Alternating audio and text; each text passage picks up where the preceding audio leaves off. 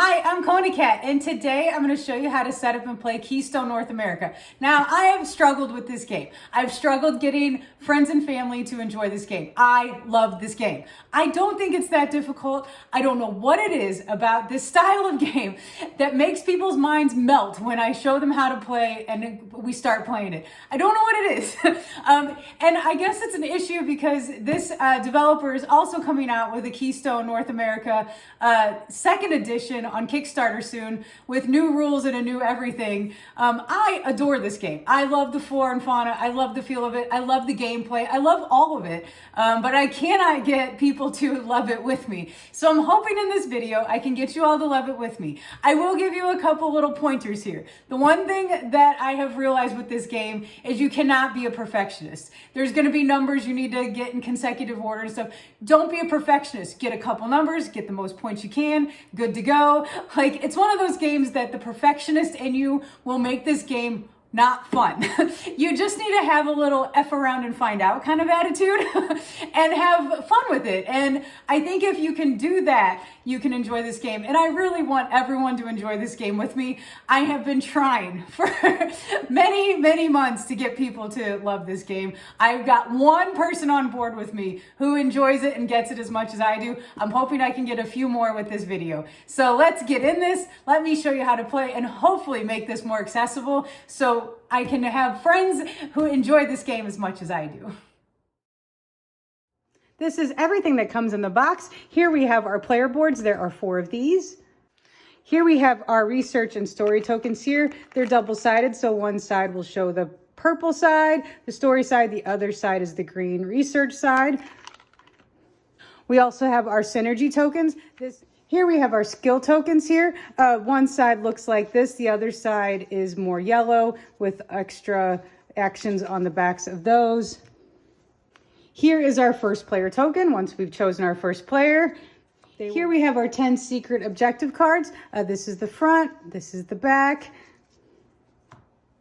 Here we have our wild cards. There are 2 of each. Here we have our species cards. I separated them out by these dots here.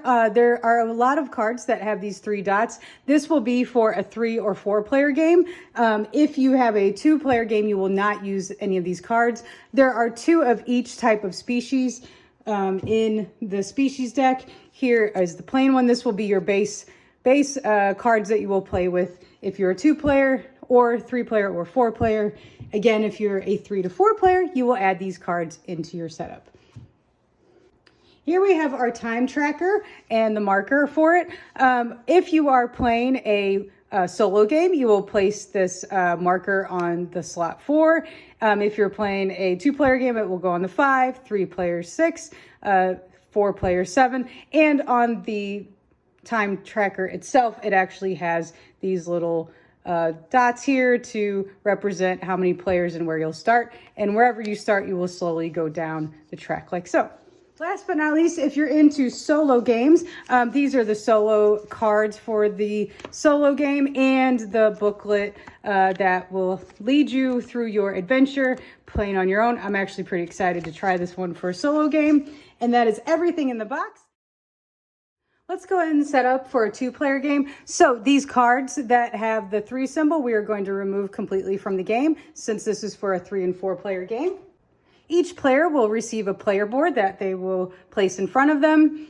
We are going to start our time tracker here on the 5, which is the 2 symbol on it. We have our tokens nearby, our wild cards nearby. We are then going to randomly choose 5 of the skill tokens here and place them on the table. So let's just pick out 5. 1, 2, 3, 4, 5. The rest will be removed from the game. And we will set these up white side up here. As you can see, the back is more yellow from it. So we're going to start with the white side up and have those within reach of everybody in the game. We're then going to shuffle the secret objective cards, and we will pass out 1 to each player and return all the rest of the box. So I'm just going to show you, we'll pick this one here. This will stay secret. You won't have this public, but for our video here, you will see it public. We are then going to set up our species deck here. So we are going to shuffle this up, flip it over, and we are going to draw 6 cards out next to it here and place them in everybody's view and everybody's reach. Have 6, 3, 4, 5, and 6. We will move the wild so they don't get confused. We're going to choose our first player any method you want. So since I'm the only player here, it will be me. And then starting with the first player and going clockwise, we're going to give each player a certain number of synergy tokens. First player will get 5, second player will get 6, third will get 7, fourth will get 8. Again, I just use these for the one side because I think it gets a little confusing with the 3 and the 1. If people get confused or something flips like that, you forget. So we will just start us off with 5 of these. And there are plenty in the box to use, so we haven't run out of them playing this game. So we have our 5 tokens for our first player. They have their first player token. They have their secret objective. We have our play area all ready to go, and we are ready to play. Let's go ahead and go over the species cards. Here we have the name up at the top. Over to the left, we have the habitats that the species resides in. We have the forest, the desert, the wetlands, and the Arctic. Here we have the name of the artist for this species card, which I think is really cool. Over to the right, at the bottom, we have the season. There are 4 seasons: spring, winter, fall, and summer. We have our sequence number down here. And other icons on the card would include this Keystone icon, this endangered species icon, and this tag icon. Not all species cards will have those icons. All species cards will have a habitat they reside in, a sequence number, and a season. These are the skill tokens that you can use during your turn on your game. Here, this is the active side, the one that's majority white with a little bit of yellow. You'll see up here the action you can take if you use this skill. So on this particular skill token, the action you would take is add a research token to a species card that has a winter season, and you can discard 2 species that are face up and replace them. Now down below here on the yellow, we'll show you what the exhausted side will give you when you flip it over. So we would flip this over. The exhausted side shows what the benefit you get from this one, and also down here what happens when you flip it back over.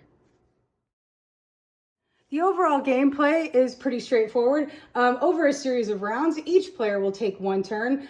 Your goal is to place these cards out on your player board here and try to score the most points you can, trying to work on your secret objective, trying to make points given the parameters of the game, which I'll get into a little deeper. These cards, when you place them out here, can be enhanced by points with research tokens. As you can see, you could place 1 here and get more points. And you will be matching up landscapes and all sorts of things and trying to work with the numbers to score as many points as you can.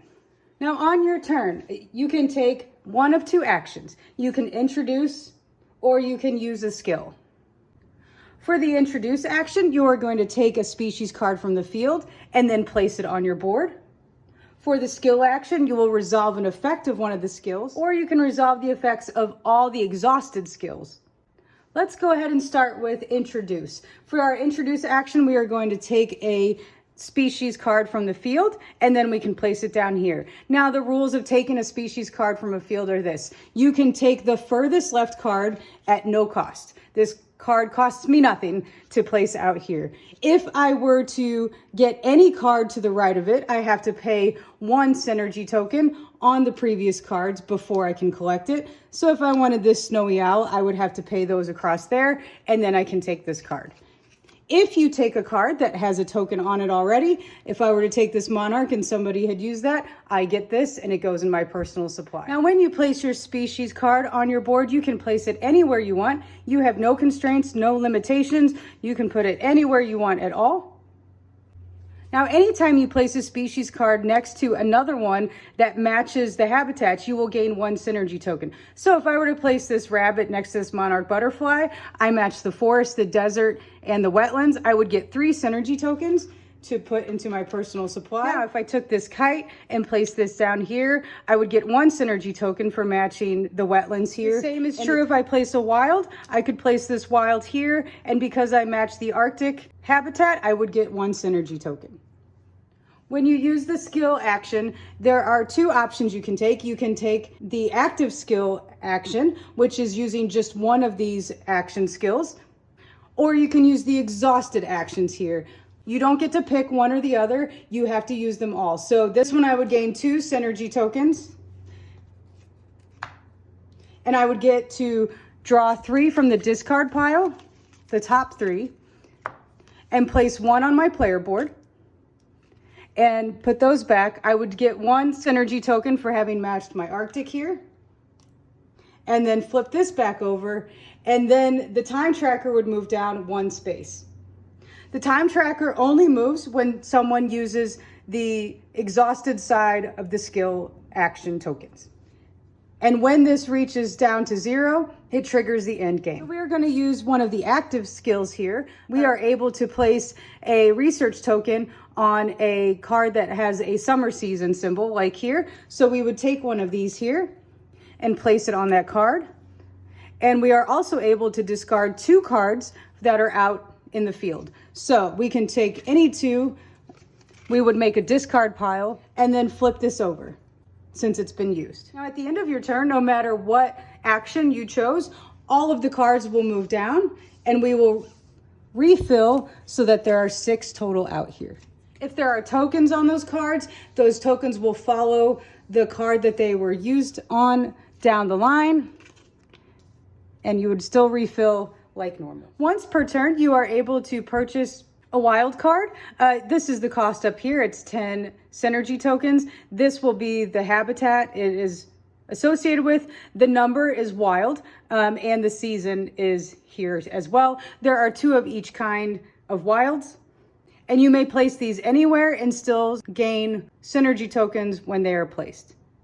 Purchasing a wild card does not count towards your actions on your turn, and it can be done before or after your actions. End of game is triggered when this tortoiseshell reaches 0, or when any player has filled every space on their player board. And then you trigger the final round of the game. All players who have yet to go that round take their turn, and then the game will end. At the end of the game, we're going to score each ecosystem and each completed secret objective on our player board, and 1 point for every 3 synergy tokens.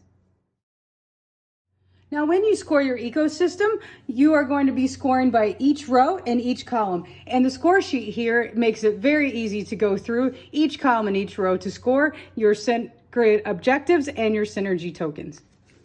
I'm going to go through the scoring for the ecosystems with what I have on this board here. So let's start off with column 1. Column 1 has a 3 and a 1, so we have no consecutive numbers with at least 2 cards, so we don't score anything for column 1 here. Column 2, we have a 2 and a 3 right here with matching habitats, the Arctic. Only 1 habitat needs to match, and the numbers are in consecutive order here. So we would score 1 point for this one. We would score 1 point for this one, giving us a total of 2 points. And because the card that is being scored has a Keystone symbol on it, we get to score it twice. So we have a score of 2 so far with this card and this card. We then get to double that with our Keystone here, which would give us 4 points. And then with the Coyote, who also has a Keystone card, we get to score again, which would give us a total of 6 points. Now, column 3, we have a wild in here, but it's only for the Arctic, and there aren't any Arctics for the column here that match. But we do have a 2 and a 3 in the wetlands that match down here. And that would give us 1 point for this card, 1 point for this card, giving us a total of 2 for this column. Our last column over here, we have a 4 and a 5 that have matching forests right here. So we would get 1 point for that card, 1 point for that card, giving us a total of 2. The grizzly bear here has our Keystone icon on it, so we get to score it again, giving us a total of 4 points for that column. Now this first row up here, we have a 2, 3, and a 4, all matching in the desert habitat. So we would get 1 point for this card, 1 point for this card, 1 point for this card, with a total of 3. This row here, we have a nice little sequence going on. We have a 1, 2, and a 3, and we have our research token. So we'll get 1 point for this card, 1 point here, 1 point here, since it's wild and we can have it whatever number we want, giving us a total of 3 points. Add a point for our research token, which gives us 4 points. And then our Keystone card gets to score everything again, including the research token. So we'd get a total of 8 points for that row. This row here, we have a descending row with a 3, 2, and a 1, all matching in the wetlands. This would score 1, this would score another 1, this would score 1, giving us a total of 3. Our Coyote Keystone lets us score it again, so we would get 6 points for this row. Our bottom row, we did not get anything happening here, so we don't score anything for that row. Now that we've scored all the ecosystems, let's go ahead and score for our secret objective. These are 4 different objectives that we can try to complete on our personal boards. So this one here, we need to have an L-shaped made up of 3 cards that have the tag icon on them. They can be any direction, but they must be in an L shape like that. Here we have 2 research tokens that must be placed on cards diagonal from each other. They can go this way or that way. Here we have 3 spring cards that need to be next to each other. They can be horizontal or vertical. And here we would need 3 endangered species cards placed in our area anywhere on the board. Now, if we are able to complete 1 objective, we will get 5 points. Completing 2 will get us 10. Completing 3 will get us 16. And completing 4 will get us 24 points. So on our board here, let's see what we were able to complete. Do we have 3 tags here? We have 3 right here in an L shape. So we've been able to complete 1 of the objectives here. We only have 1 research token on a card here, so we did not complete that one. We would need 3 spring cards in a row. We have 3 right here across here, so that's 2 objectives we were able to complete. Do we have 3 endangered species tags? We do. We have the alligator, the bear, and the owl here, so we were able to complete 3 of the objectives, giving us 16 points. Last but not least, we get 1 point for every 3 synergy tokens that we have left over in the game, and the person with the most points wins. If there's a tie, the person who completed the most secret objectives wins. And if there's still a tie, the person with the most synergy tokens wins. And if there's still a tie, everybody wins. And that is everything I can show you on how to set up and play Keystone North America. I really hope you give this game a chance. If you like the theme, if you like the style of gameplay, I think it's different, it's unique, it's interesting enough, and it's familiar enough. There's some mechanics that make it definitely familiar and easy to grasp to play. So I will see you next time for the next game, and give this one a try. Bye.